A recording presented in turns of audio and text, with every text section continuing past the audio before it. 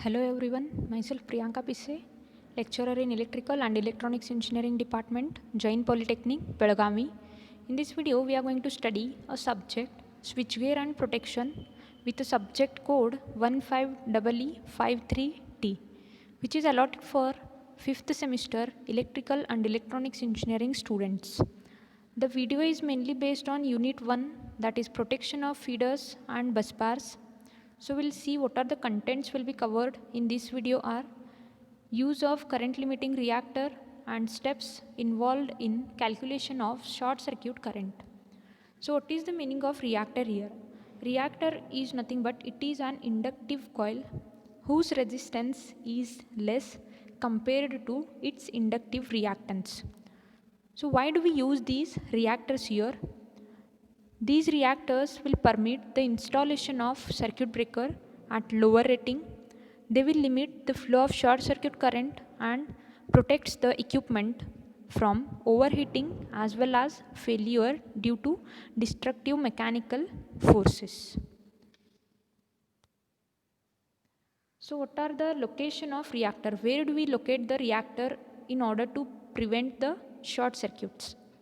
So it might be generator reactor scheme, feeder reactor scheme, busbar reactor scheme and tie busbar reactor scheme. So we'll see one by one. First one is a generator reactor scheme. In this type of scheme, reactors are inserted in between the alternators and the circuit breakers. Whenever fault occurs on feeder, any of the feeder, suppose fault occurs at feeder A, then the voltage on bus bar will fall to a lower value. This will result in the voltage which is dropping on other feeders also. So, more current will be drawn by the loads on the feeder B and C, and they might trip due to overload. Thus, the whole of the system will be affected. Moreover, a full load current is always flowing through these reactors with the result that there is a constant voltage drop and power loss even under a normal condition. So, it was about the generator reactance scheme. So, next one is a feeder reactance scheme. So, in feeder reactor scheme, there will be no voltage drop in the bus bars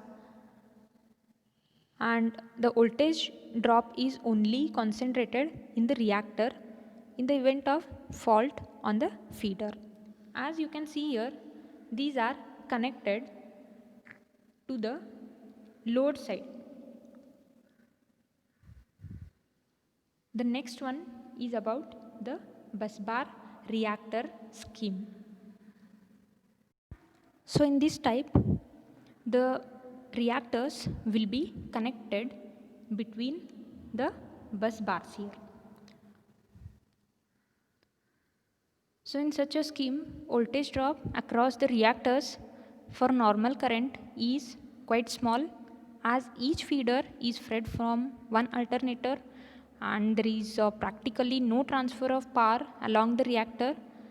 So the main advantage of such a scheme is in the event of fault on the feeder, only that generator feeds the fault to which this particular feeder is connected, while the current from other generator is limited because of the presence of busbar reactors.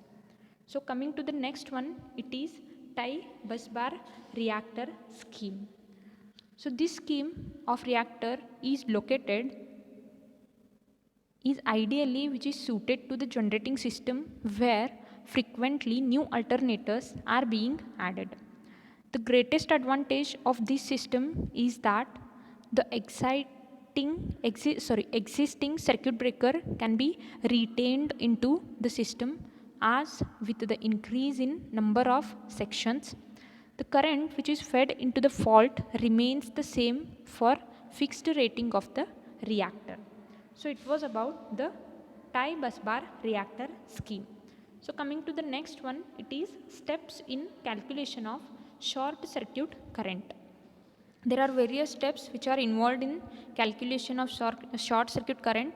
In that, first one is to draw a single line diagram at the complete network with indicating on each component its rating, voltage and resistance reactance.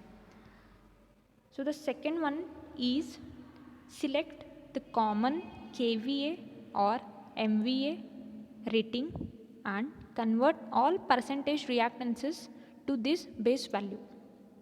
Third one is from the single line diagram, draw the single line reactance diagram showing one phase and neutral.